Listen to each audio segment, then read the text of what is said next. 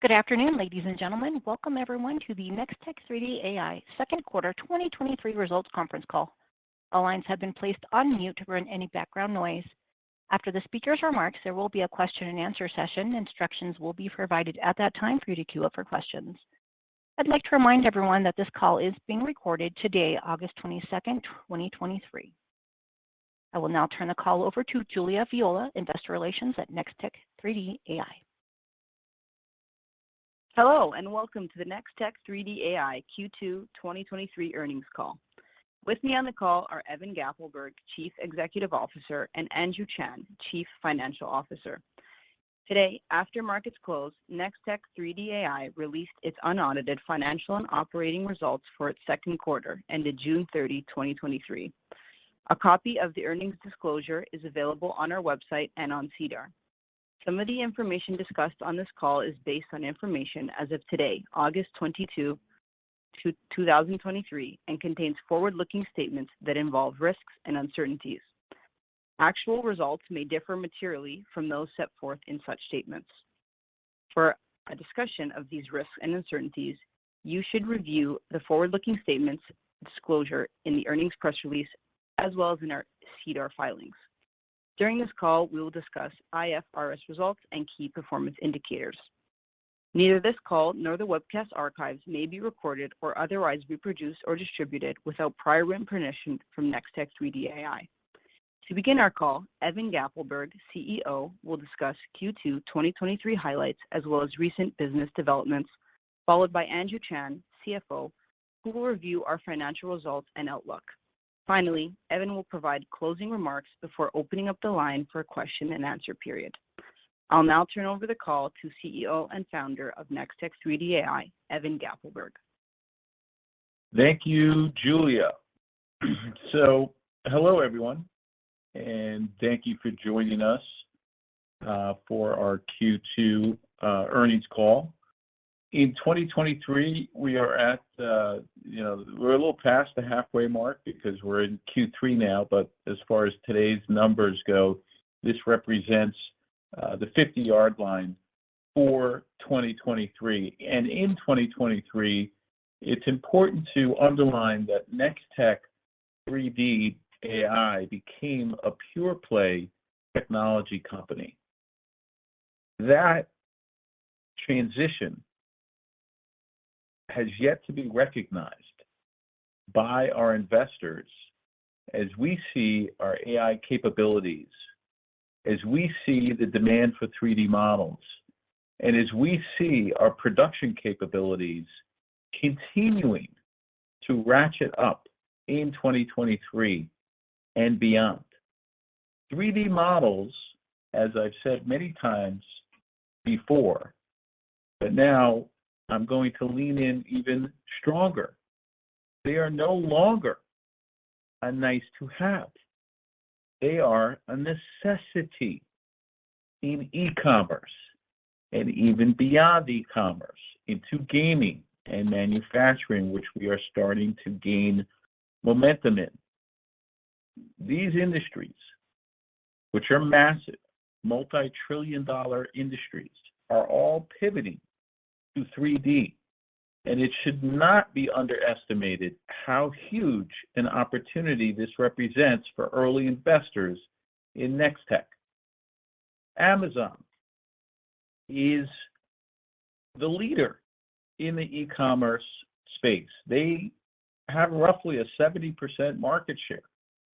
They are by far the single largest enterprise customer. If you add everybody else up in the entire e-com ecosystem, it only adds up to 30% of the market. Amazon is the giant. They are our largest customer for 3D models, and they are going all in on 3D.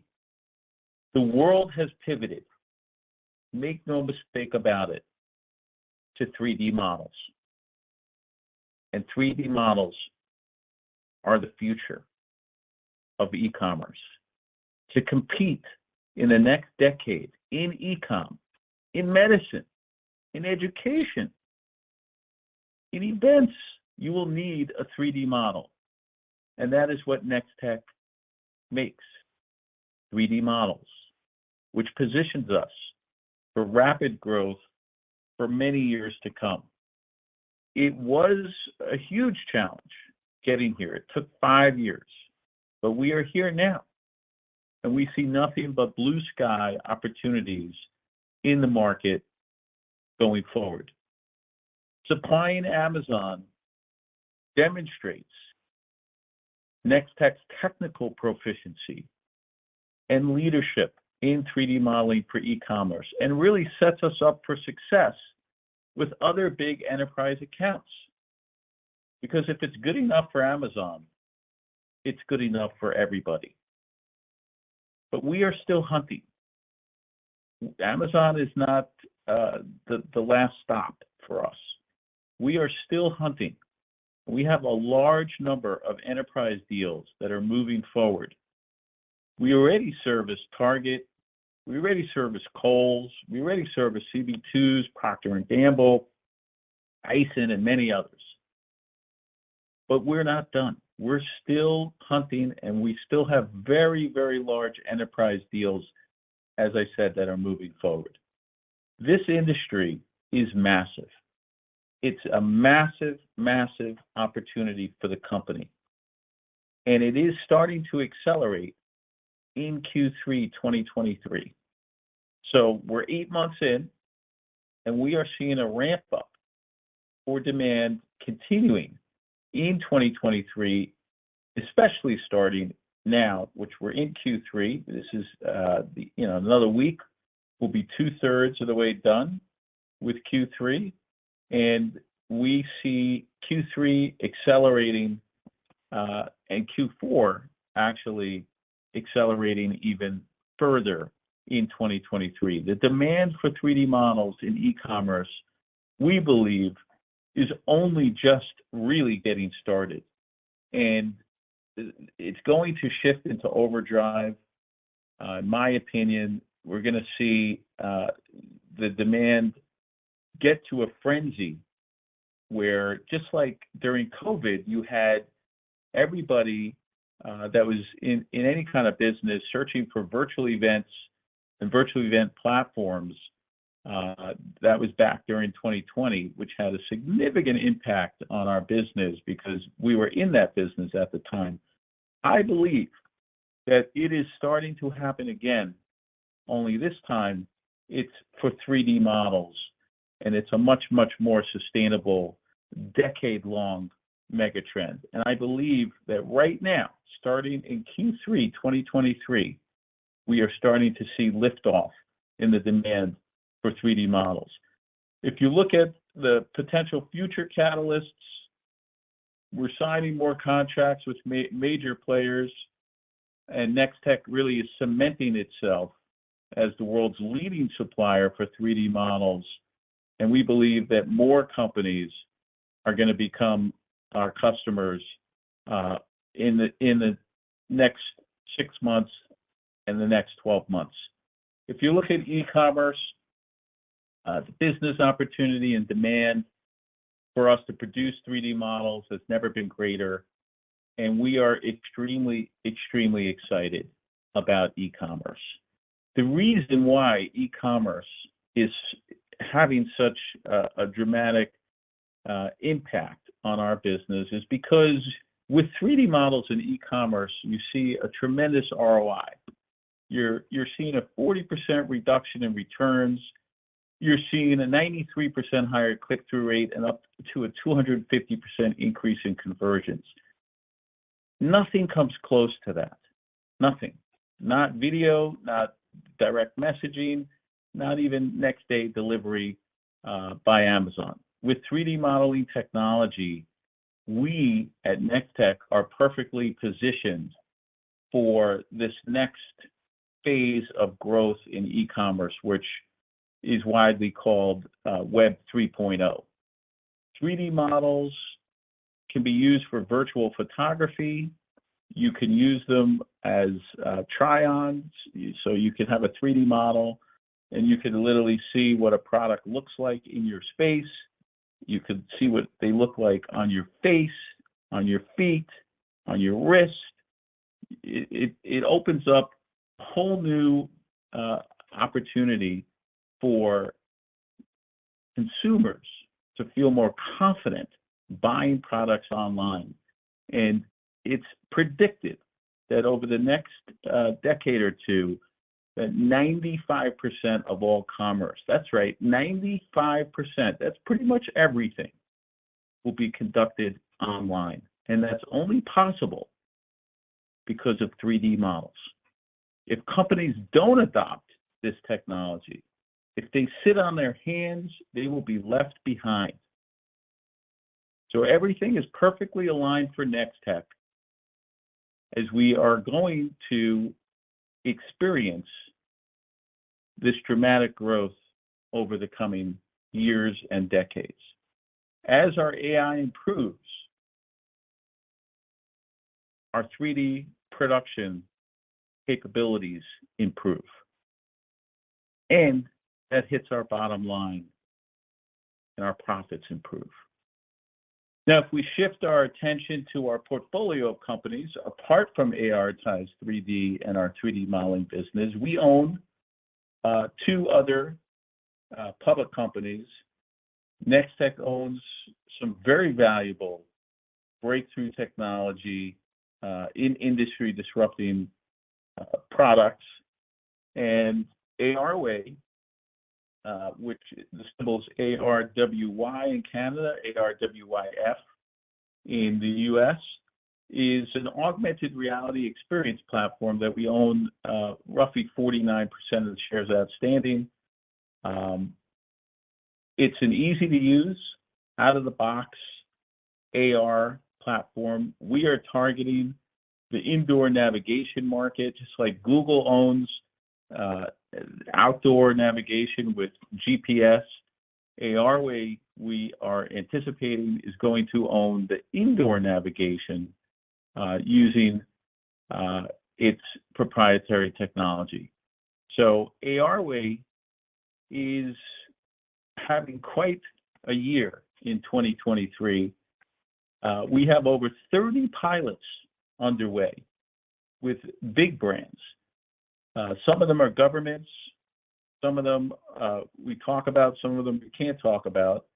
But we did announce just, I think it was a week ago, that we signed a deal with the Irvine Spectrum Center Mall in Irvine, California, a massive 1 million square foot mall. That's a paid-for deal.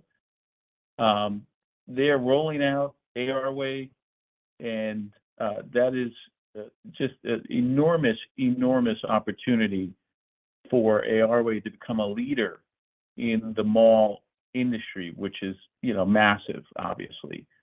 We also recently signed a deal with Localiza. Localiza is the largest car rental company in South America. They're like Enterprise or Hertz in North America.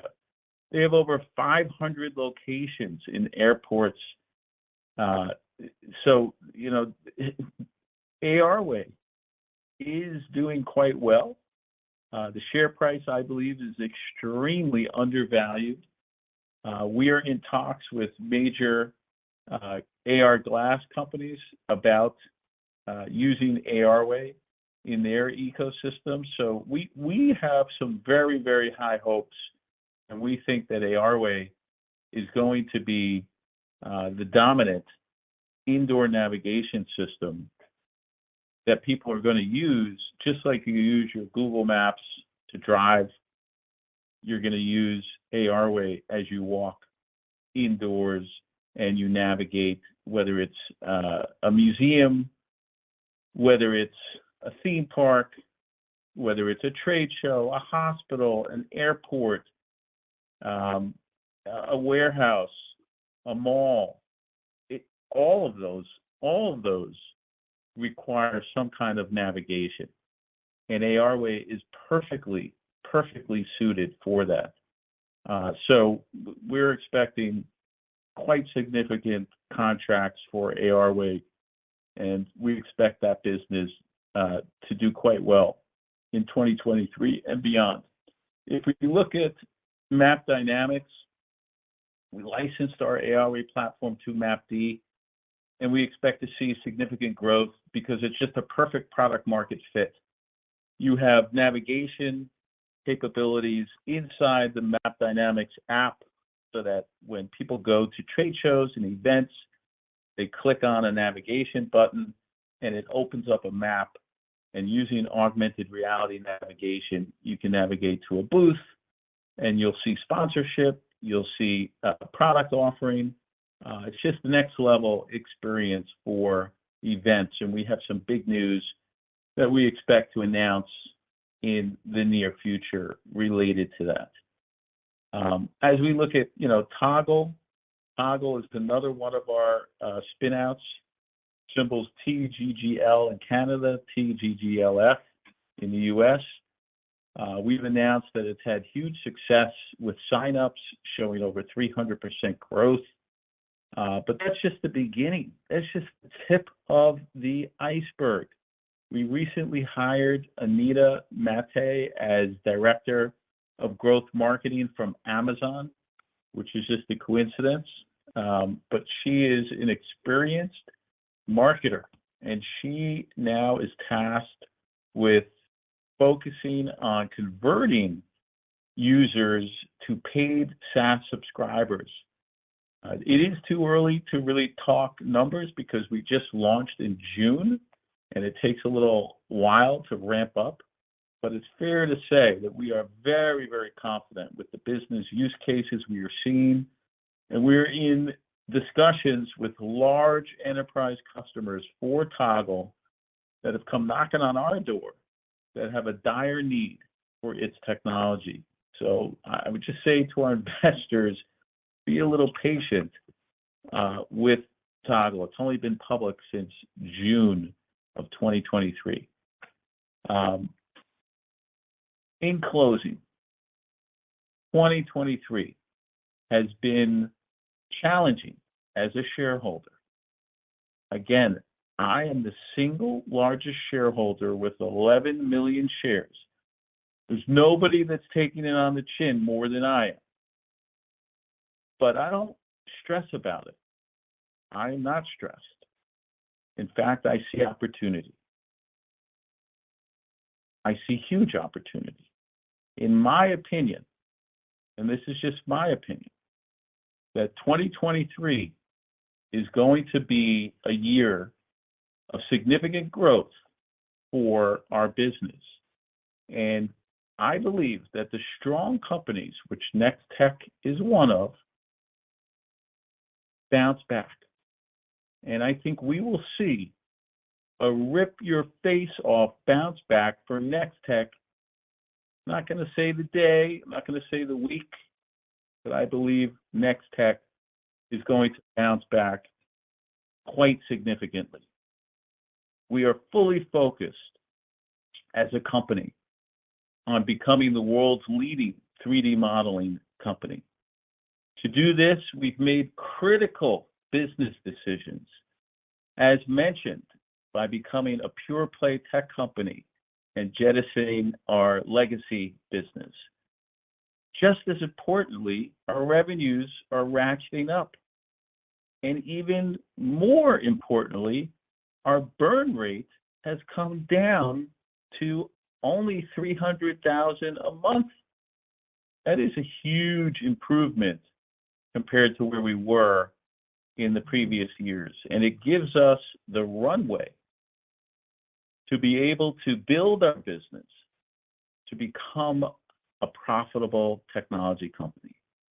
We are continuing to integrate ARitize 3D with third-party e-com platforms. We're rolling out a SaaS product, and I believe that all these decisions that we've been making over the past year specifically is going to be paying significant dividends for Nextech shareholders.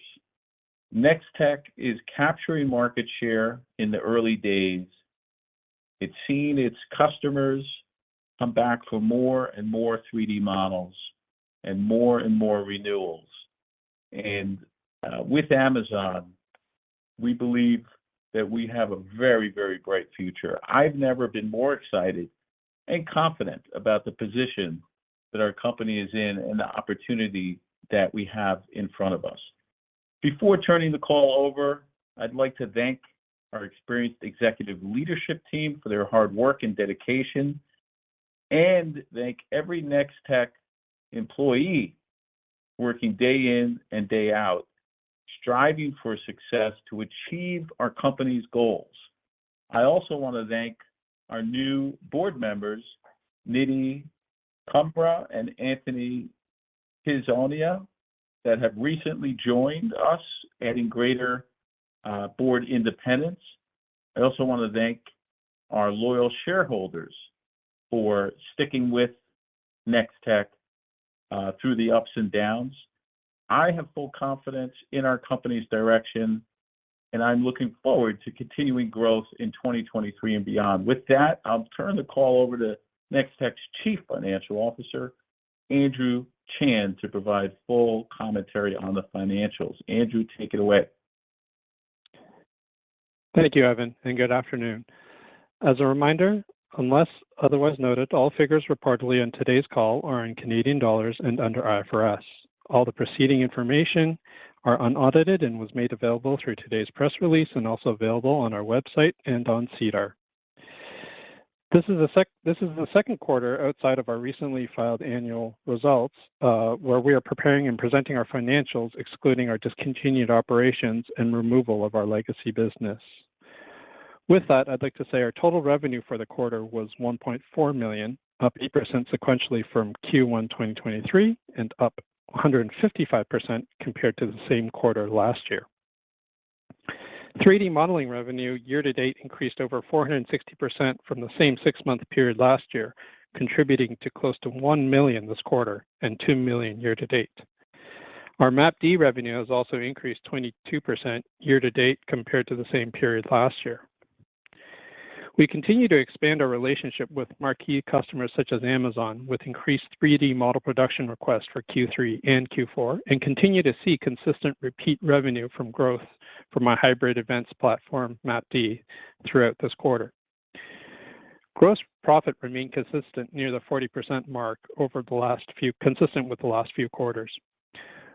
We anticipate gross profit margins to increase as we continue to implement AI technologies in our 3D model production process to allow us to increase our model creation capacity at scale. Operating expenses for the quarter was 6.5 million, which includes 1.5 million from ARway.ai through the consolidation and some contributions from Toggle, from our recently spun out company Toggle 3D. Overall, expenditure levels were consistent with Q1 2023 across sales and marketing, general and admin, research and development categories, and stock-based compensation. Non-stock-based compensation expenses were down 1 million this quarter compared to the same time last year and down 2 million year-to-date compared to the same period last year. This is mainly due to lower salary and wages and other compensation costs incurred last year. To help offset the cash outlay for these expenses, our previously announced employee shares for services compensation plan contributed 700,000 this quarter and 2.3 million year-to-date. Net loss from continuing operations for the period was 6.6 million, consistent with the immediate preceding quarter, and with a net loss per share of 6 cents per quarter. As of June 30th, 2023, we had a cash balance of 3.8 million.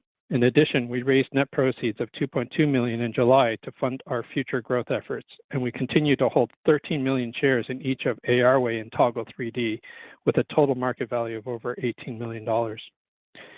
This quarter continues to reflect our push towards our growing 3D modeling making abilities and the adoption of AI as we continue to scale our business. With that, I would like to return the call back to Evan.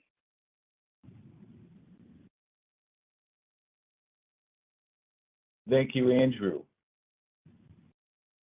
On behalf of Nextech, I want to thank everyone for taking the time to join us. And operator, we're ready to answer questions. Thank you, sir. If you would like to ask a question on the phone lines today, you can press star 1 on the telephone keypad. To remove yourself from the queue, it is star one again. We do have some questions that were submitted from Lisa Thompson from Zacks Research, and that is, what % of Q2 revenues are from Amazon? Do you expect that to increase or decrease? The second question is the 3D model business just... Hold on. Let's go one by one. So, Andrew, can you answer that, please? Yep. So cumulatively, up until Q2, Amazon's contributed a little under 50%, so around 49% year to date of our revenue. We continue to expect that to increase until Seller Central opens, in which we'll be directly dealing with our customers, with the customers rather than through Amazon. I don't know if you want to add anything further to that, Evan. Yeah. So just to add a little more to that, Andrew, that once Seller Central opens, technically the merchants will be buying direct from Nextech, not Amazon. And so, in theory, our dependence on Amazon is likely to go down in the future, even though our revenue is likely to go up, if that makes sense.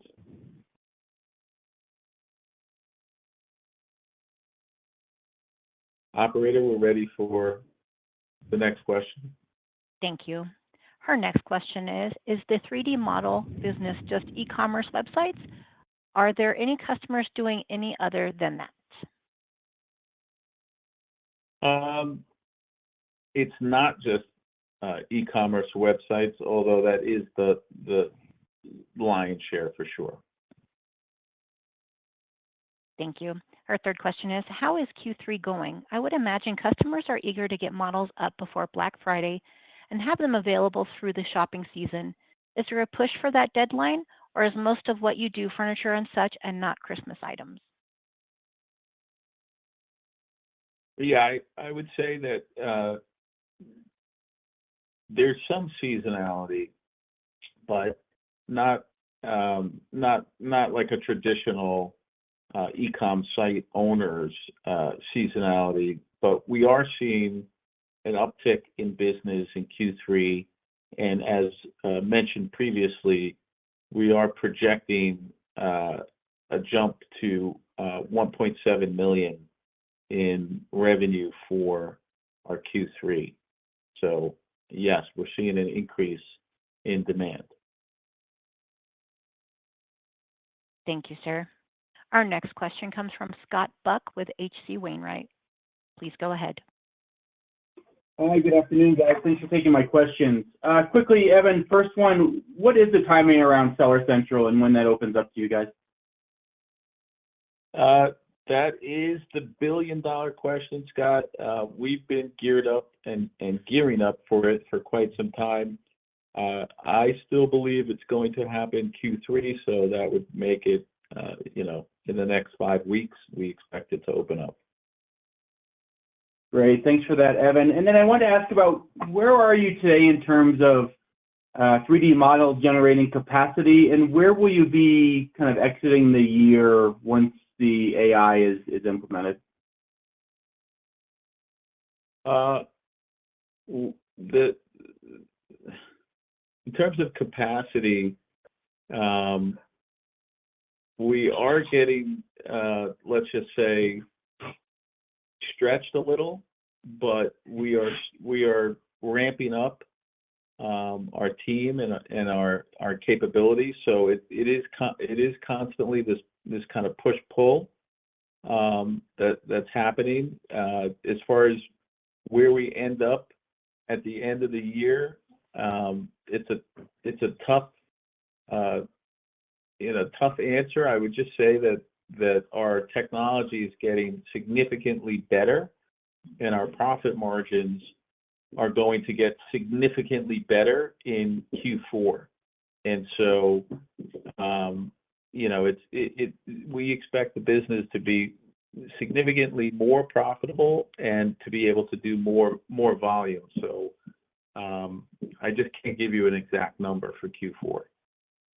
No, that's helpful, Evan. And just to clarify, it sounds like gross margins for the fourth quarter could potentially be higher than what you've guided for the third quarter? Andrew, am I right in saying yes? Yeah, for sure. I mean, I think with technology, it's a ramp up period, and the longer you kind of run with it, the more efficient you become with it. Yeah, no, it makes a ton of sense. And then last one, Evan, if you could just touch on if there's any kind of update around NASDAQ and what you guys might do there in terms of an uplisting, that'd be great. Yeah, as you know, we applied. There's been some comments which we've been answering. Nothing earth-shattering, and it's moving forward. There's nothing at this point to report other than it's on track.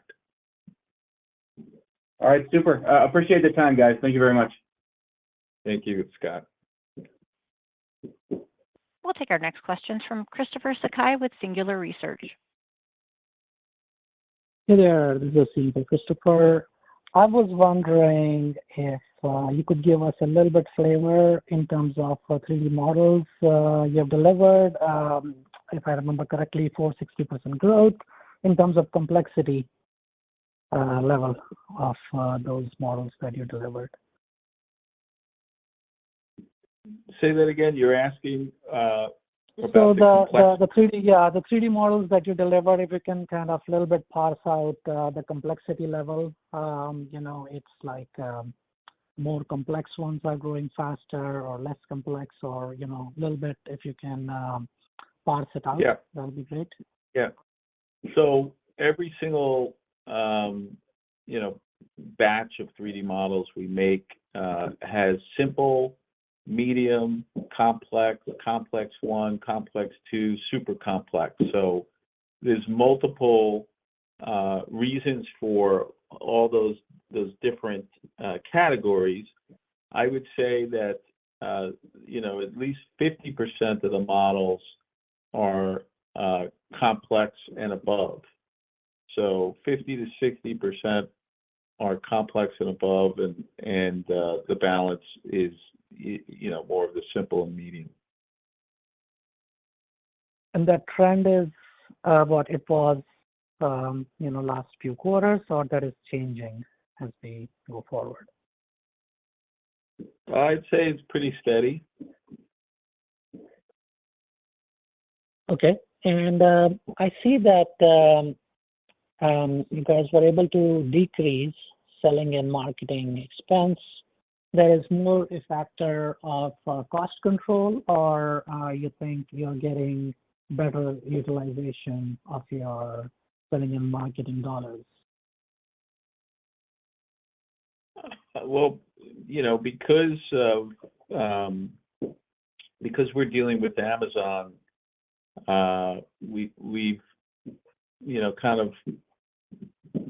we haven't had to spend as much on getting new customers, right? Because Amazon keeps on keeping us busy.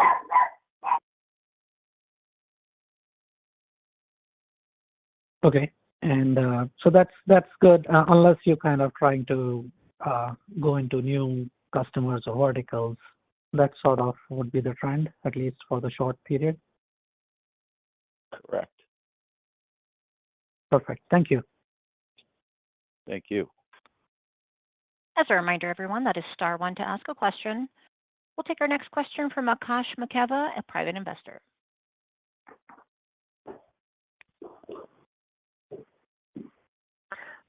Thank you, operator, and good afternoon, gentlemen. So I wanted to ask you, I know a previous question you just talked about was in regards to Amazon Seller Central and when that might be opening up. Evan, you mentioned that the possibility could still be by the end of this quarter in the next 5 weeks. On a recent one of your recent interviews that you and Reza had done, and in commenting on this topic, it was one of you mentioned that it was either going to be Q3 or, but unlikely to be Q4 because that was that's traditionally Amazon's busiest quarter.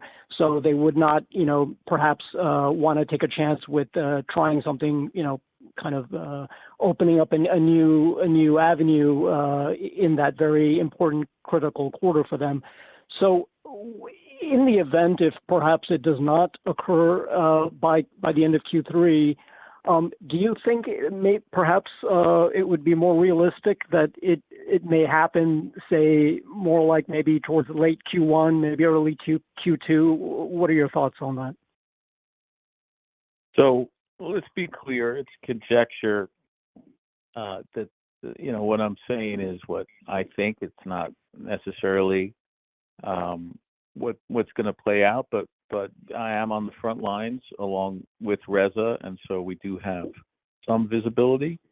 My thinking and in conversations with Amazon is they want to open it sooner rather than later.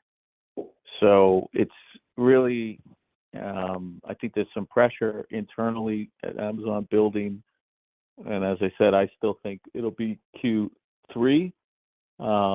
I don't believe that Q4, and that was me who said that, would make sense, but I could be wrong. They could be like, you know what, it's go time. Let's just go with Q4. But if they did wait, I think it would be early Q1. I don't think they would slow roll it because, Q1 kind of sets the stage for a whole 2024 year where they can, really accelerate the 3D modeling business. So that's my thinking on that. Again, this is conjecture. Till they actually come out with an announcement, nobody really can predict, right? Okay, thank you. Sure. And I know the other topic I wanted to cover was in regards to your kind of your capital structure, and I know in your announcement today you announced that your latest capital raise should be sufficient and does not appear likely that you will need to do any further raises perhaps for the next 12 months, I believe, as was stated. So that's great to hear.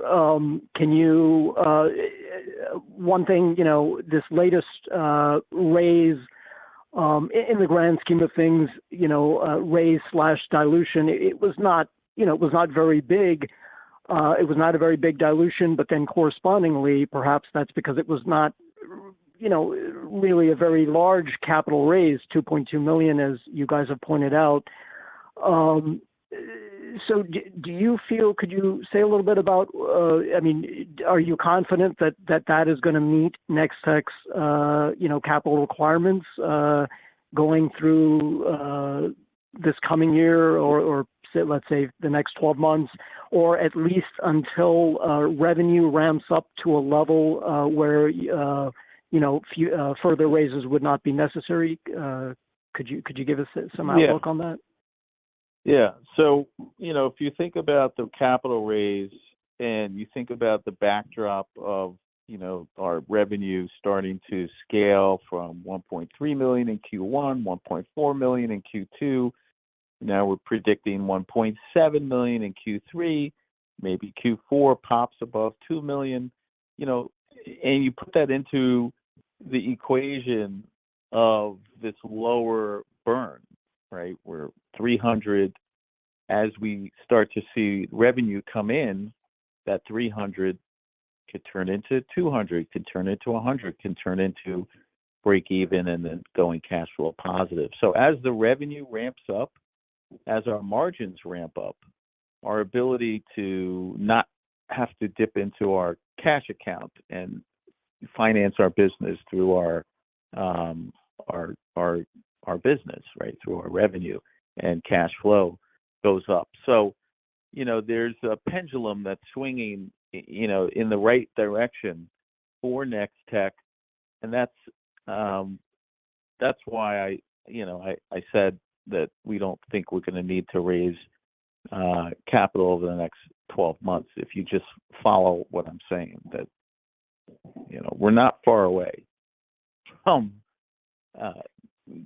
being cash flow break even and going cash flow positive. It's not going to take that much more 3D model production to get there.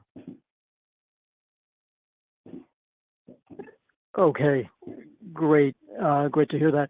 And finally, I just wanted to touch upon sort of the competitive landscape for Nextech. Could you, and this is sort of a two-parter, the first part being,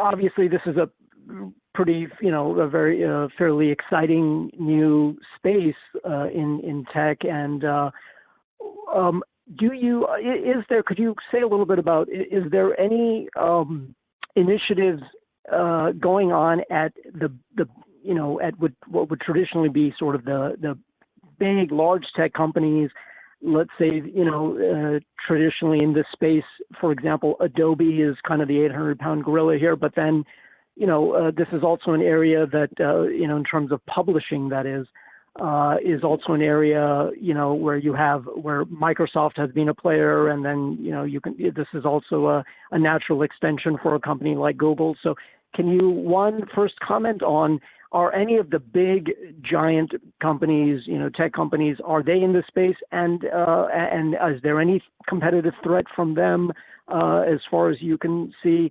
And if not, could you just also say, why haven't they gotten into this space if this is such a, exciting space? And once you answer that, I have a follow-up. Yeah. So a couple of things. One is big tech companies are not pioneers. I mean, they might have been when they started, but they're not today. So they wait for some pioneering company to have a breakout with new technology, and then they acquire them. That's just their business model. Having said that, when you look at Adobe, they supply software. The big tech companies supply the software that allows the smaller tech companies to do the heavy lifting of making these 3D models.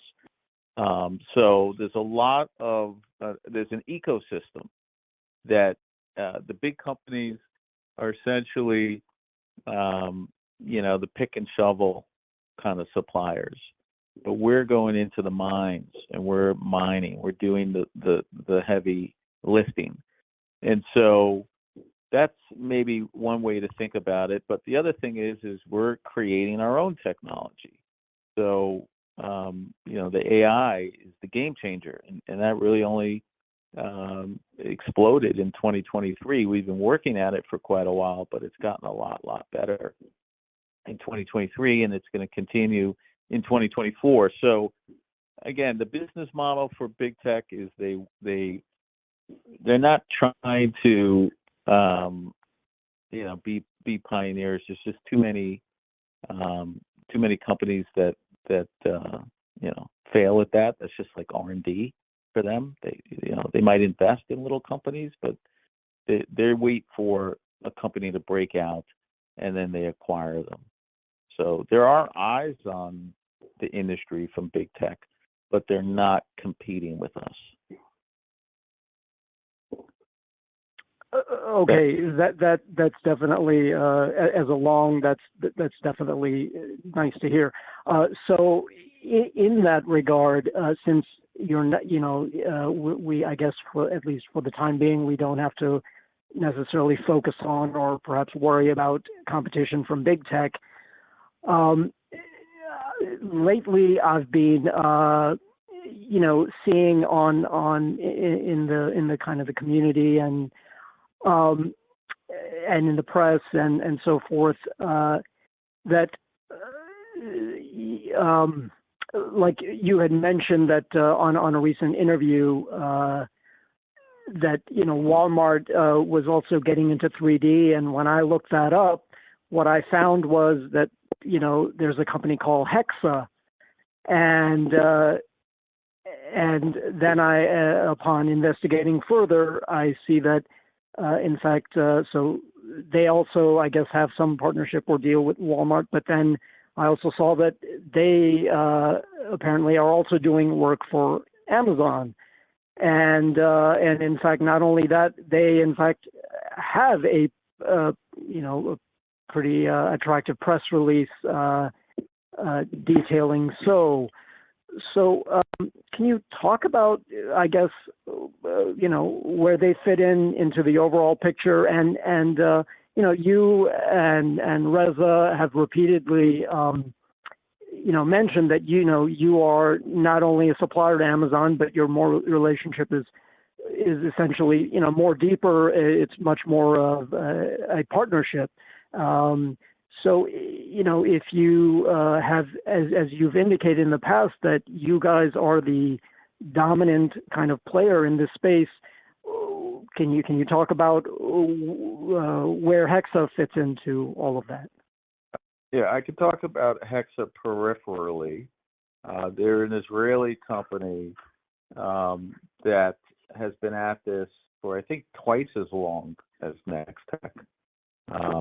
And they have a very different business model than we have, number one. Number two, they don't deal with high volume 3D model production like Nextech. So they're essentially offering a SaaS solution, and what they offer is an array of software, meaning they'll host your 3D models. They have like virtual try-on for 3D models. They, I think, outsource 3D model production. I don't know if they make them in-house or not, but that's not their main business. Their main business is offering all the ancillary stuff that you do with a 3D model. And so it's a quite different business model. It's a SaaS model. And what they don't do is high volume production of 3D models for Amazon. That's what Amazon told us. And if you read their press release, which I did, they are working with a different division inside of Amazon. And it's not the division that we're working with. And Amazon, has 1.5 million employees. They're a $1 trillion tech company.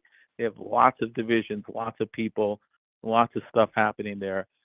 So we're not, according to, everything I know, we are not competing with them directly at Amazon, meaning we are the number one supplier of high volume 3D models for Amazon. We have a multi-million-dollar contract with Amazon for 3 years.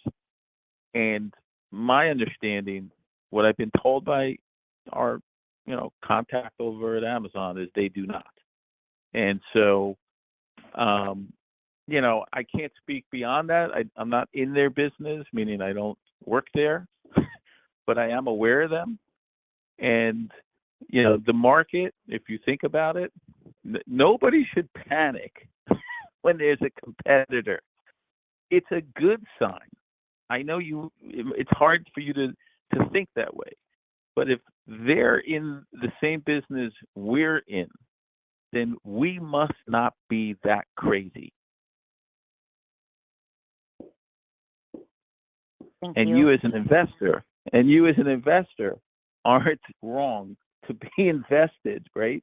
If these guys are in it and you guys are so enamored by them, then, okay, I guess there's something happening in this space that's exciting enough for them. And I think, they raised like $20 million in the last year or two or something. I don't know. So there's investing capital flowing into the space. There's going to be competition. That's actually a good thing.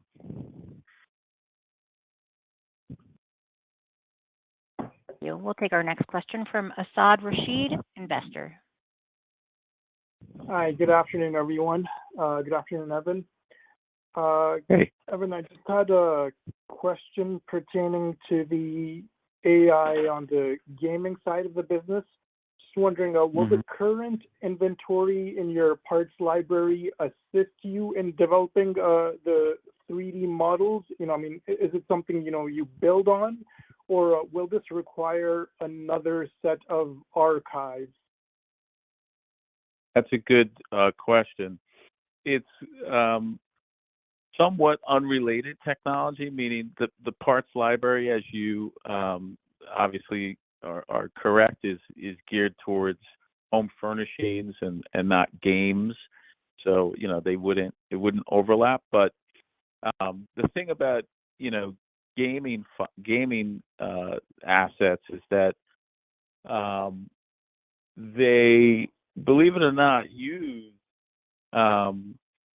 TVs, couches, chairs in scenes in games. So while maybe some of the stuff that's in a game, like a weapon, for instance, we wouldn't have that. Not to say we can't make one, but it wouldn't be from our AI parts-based library. But the point is that there's plenty of opportunity for us to populate scenes with 3D models from our existing inventory. Understood. So I guess with the scenario that you currently have with Amazon, for example, it's not really, I guess, with the gaming side, it's not really like a mass production of the 3D models. It's more of a case-by-case basis. Is that correct? It could be mass production. It's still, there is an opportunity there for mass production, but let's just say that it hasn't quite shown up yet. So yeah, right now it's not mass production, but it could become that. Makes sense. And just last question. I'm just wondering, is a MapD spin out still on the cards for 2023, or I remember there was news earlier on this year that it may be a potential. Yeah, I would say that that's not something that I'm focused on today.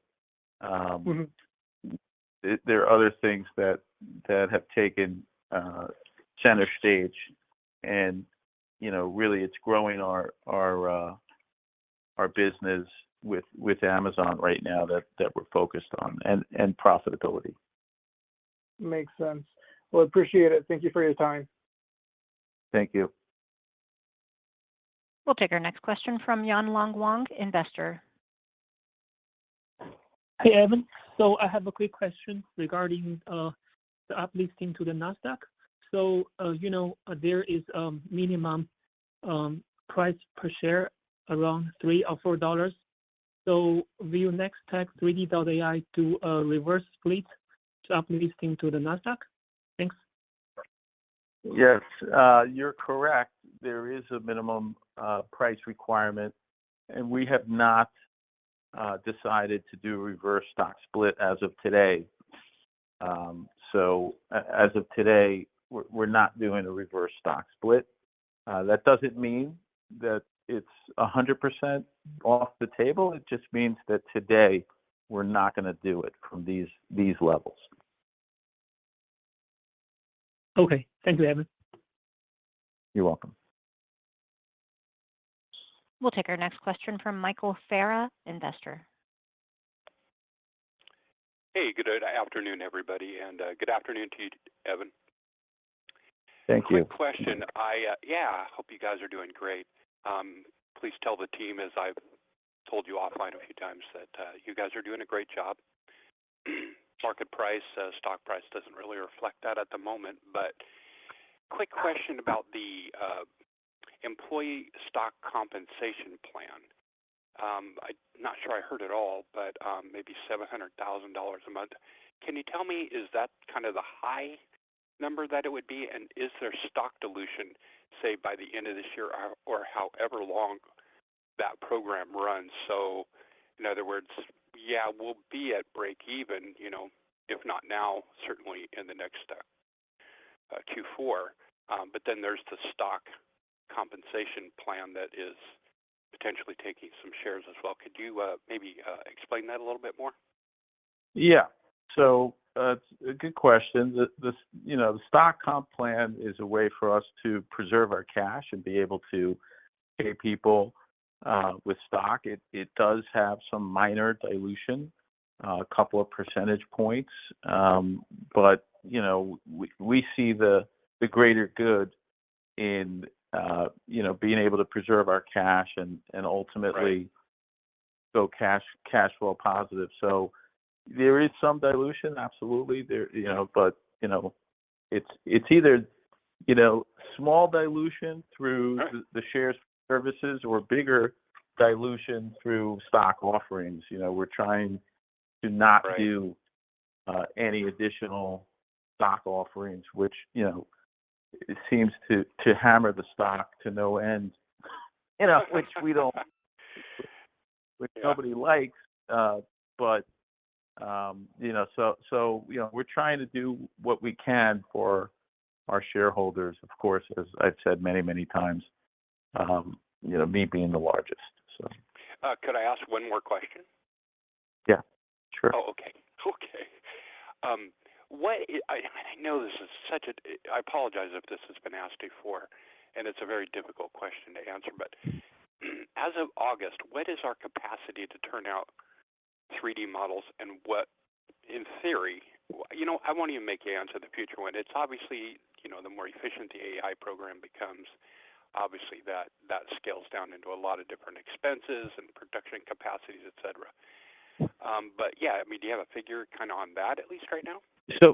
So here's what it comes down to. If Amazon said to us, we want 10,000 3D models in, let's say, the month of September, we would not be able to deliver in the month of September. We would say to Amazon, can you give us to, December? So there's a ramp up period, is my point. And so right now, we're able to meet the demand, and if the demand ratchets up, we're going to be able to meet the demand again, but we'll have a bit of a backlog, which isn't a bad thing, right? So, we're keeping up with demand, and we can flex up. And that's really the key, is that as demand continues to come in, we're able to meet the demand, and that's being evident by our rising revenue.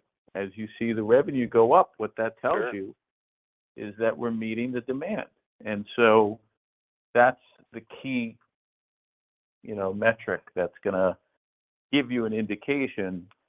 And a lot of this is driven by the demand side of the equation from Amazon. And, we think when Seller Central opens up, as we've said a number of times, demand's going to increase dramatically. We will meet that demand with additional volumes from our factory, but it will take a bit of a ramp-up period. But that's okay, because as we ramp up, the revenue will ramp up with it.